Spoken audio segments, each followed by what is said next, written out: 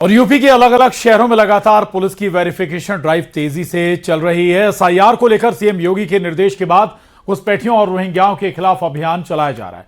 अब तक हजारों परिवारों से पूछताछ हो चुकी है। इन लोगों में ज्यादातर बंगाल और असम से आए लोग शामिल हैं। जांच के दौरान इन लोगों के आधार कार्ड, वोटर आईडी सभी की जांच की जा रही। रिपोर्ट देखिए।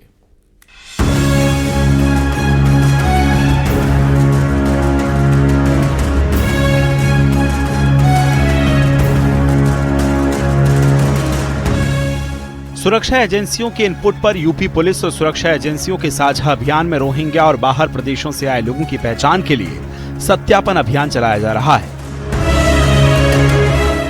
जो भी बाहरी आया है उसका वेरिफिकेशन किया जा रहा है। जांच एजेंसियों के लोग झुग्गियों में भी जाकर पड़ताल कर रहे हैं। इसमें यह भी देखा जा रहा है कि इनकी तरफ से कौन कौन लोग आपराधिक गतिविधियों में लिप्त रहे हैं या असामाजिक गतिविधियों में लिप्त रहे हैं, और इसका एक डाटाबेस जनपद स्तर पर तैयार करवाया जा रहा है। कोई ऐसा व्यक्ति यदि मिलता है जिसके पास आईडी नहीं है या फर्जी आईडी उसने बनाया है, सत्यापन के बाद ये सामने आता है तो इस पर विधिक कार्रवाई भी की जाएगी। इसमें बरेली के एसएसपी अनुराग आर्य ने बताया कि खुफिया एजेंसियों के साथ कुल 29 टीमें हर थाना क्षेत्र में घर घर तलाश कर रही हैं। टोटल 28 थाना क्षेत्र हैं जिनमें हमारी टीमें गठित की गई हैं और उसके साथ साथ एक COLIU की टीम है। तो ये टोटल 29 टीम्स हैं जो इस वेरिफिकेशन अभियान में लगी। जो ऐसे लोग पकड़े जाएंगे, घुसपैठिए मिलेंगे, तो उनके लिए कहाँ रखा जाएगा, क्या कुछ उसके आगे कार्रवाई? उसकी MHA की गाइडलाइंस है कि अगर कोई बांग्लादेशी इस तरह का मिलता है तो उसका वेरिफिकेशन कराया जाता है कि बांग्लादेश का नागरिक है या नहीं है। उस वेरिफिकेशन के दौरान उसको एक डिटेंशन सेंटर में रखा जाता है जहाँ कोर्ट की गाइडलाइंस के अनुसार सब तरह की फैसिलिटीज होती हैं। मुजफ्फरनगर में भी डीएम और एसएसपी सड़कों पर उतरकर मतदाता सूची के लिए शुद्धिकरण के लिए डोर टू डोर अपील करते नजर आ रहे हैं। अब तक हजारों परिवारों से पूछताछ हो चुकी है। इन लोगों में ज्यादातर बंगाल और असम से आए लोग शामिल हैं। भारत निर्वाचन आयोग के निर्देशों के क्रम में हम लोग मतदाता सूची का पुनरीक्षण करा रहे हैं। उसी के क्रम में मैं और हमारे एसएसपी साहब हम लोग घर घर जा कर के यहाँ लोगों से अपील कर रहे हैं कि सभी अपना फॉर्म भर दें समय से, और जिससे किसी का जो अर्ह मतदाता है उसका नाम मतदाता सूची में आने से न छूटे। जांच के दौरान इन लोगों के आधार कार्ड, वोटर आईडी कार्ड सबकी जांच हो रही है ताकि पता लगाया जा सके कि ये लोग कहीं किसी अवैध गतिविधि में शामिल तो नहीं है। Bureau report, news 18।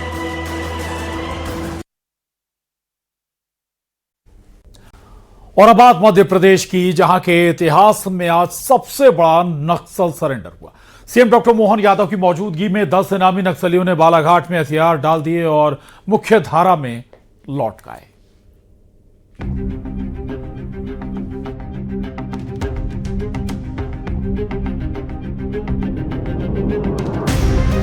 Madhya Pradesh के इतिहास में आज सबसे बड़ा नक्सल सरेंडर हुआ।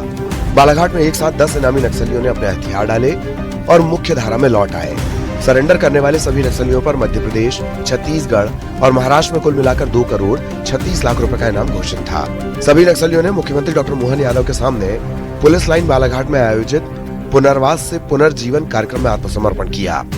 सरेंडर करने वालों में कान्हा भोरमदेव डिवीजन के लीडर सुरेंद्र उर्फ कबीर और उसके 9 साथी शामिल हैं।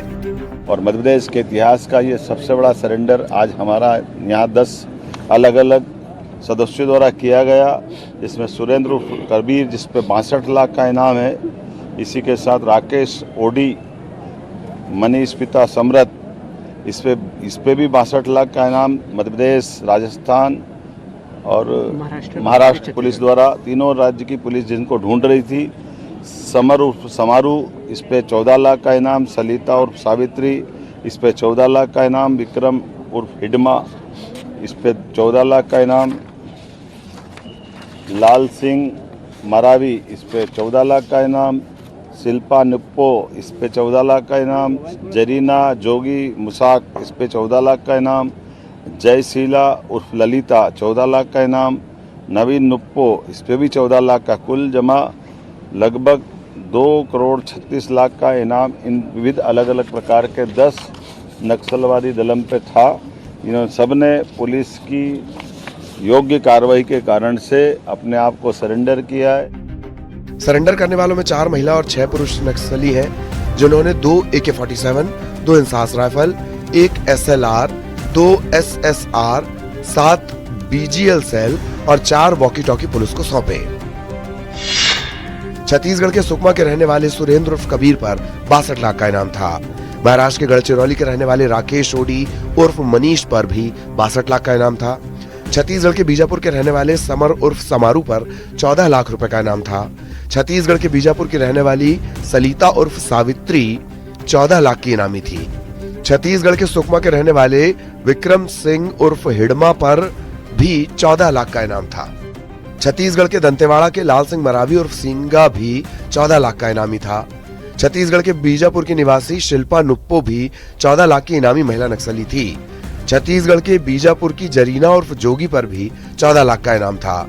छत्तीसगढ़ के बीजापुर की जयशील उर्फ ललिता बोयम भी 14 लाख की इनामी थी। छत्तीसगढ़ के सुकमा का रहने वाला नवीन नुप्पो उर्फ हिडमा पर भी 14 लाख का इनाम था। खेती काम करूंगा घर जाके, माँ बाप है इतने, पिताजी भी है, हम लोग बुलाने से जाऊंगा सीधा घर से। हाँ। कैसा लग रहा है आपको सरकार की जो नीति है? अच्छा चल रहा है ये नीति। मानता है आप अच्छी नीति है? हाँ अच्छा नीति है। विक्रम, कब से आप नक्सली संगठन में? बिल्कुल 2019। अच्छा, कैसा लग रहा है आज समापन किए हैं आपने? अच्छा लग रहा है। अच्छा लग रहा है। हाँ। इसके बाद क्या करेंगे आप? अब घर जाके खेती का काम करूंगा। अच्छा।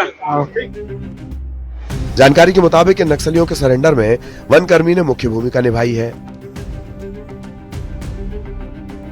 इससे पहले 1 नवंबर को महिला नक्सली सुनीता ने भी मध्य प्रदेश की आत्मसमर्पण नीति से प्रभावित होकर हथियार डाले थे। श्रीनिवास चौधरी के साथ bureau report, Balaghat, news 18।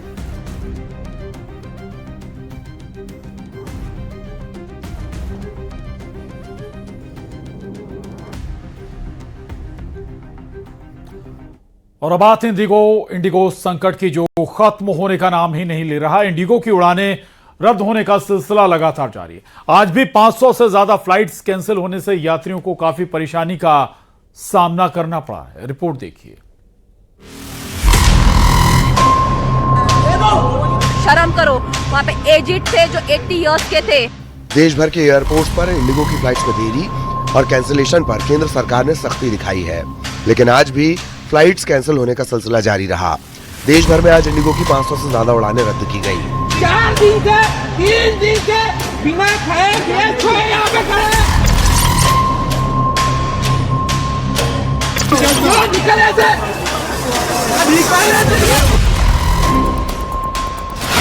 Hyderabad से इंडिगो की 115 फ्लाइट रद्द की गई। मुंबई से 112, बेंगलुरु से 150, दिल्ली से 109 उड़ान रद्द की गई। चेन्नई, त्रिची और चंडीगढ़ से भी फ्लाइट कैंसिलेशन जारी है। कुल मिलाकर आज इंडिगो की 538 फ्लाइट्स प्रभावित हुई। पिछले 3 दिनों में इंडिगो की 2000 से ज्यादा फ्लाइट कैंसिल हुई है।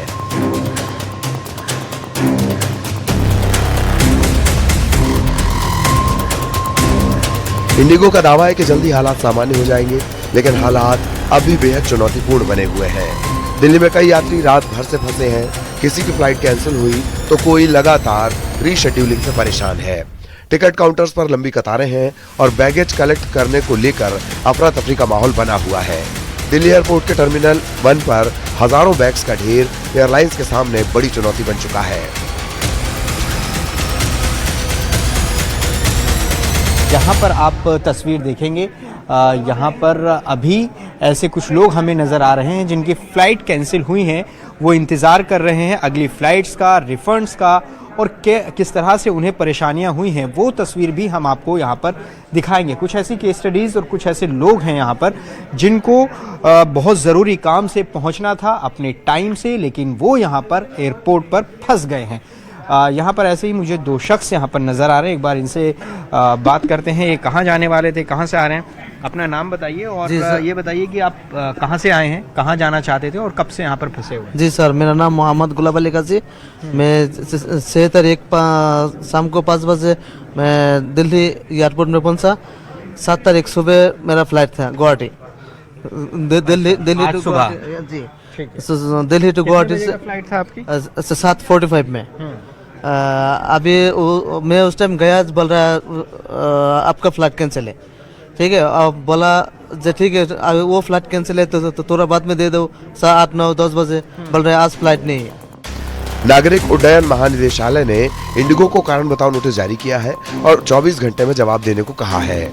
इसके अलावा जिन यात्रियों के टिकट कैंसिल किए गए हैं उन्हें आज रात 8 बजे तक पैसे रिफंड करने का अल्टीमेटम भी दिया गया था। वहीं इंडिगो फ्लाइट विवाद अब संसद की दहलीज तक पहुंच गया। परिवहन, पर्यटन और सिविल एविएशन की संसदीय समिति इस पूरे मामले पर सख्त नजर आ रही है। जानकारी के मुताबिक जल्द इस समिति इंडिगो समेत सभी एयरलाइंस को तलब कर सकती है। साथ ही डीजीसीए और नागर विमानन मंत्रालय के अधिकारियों को भी बुलाने की तैयारी है। Bureau report, news 18।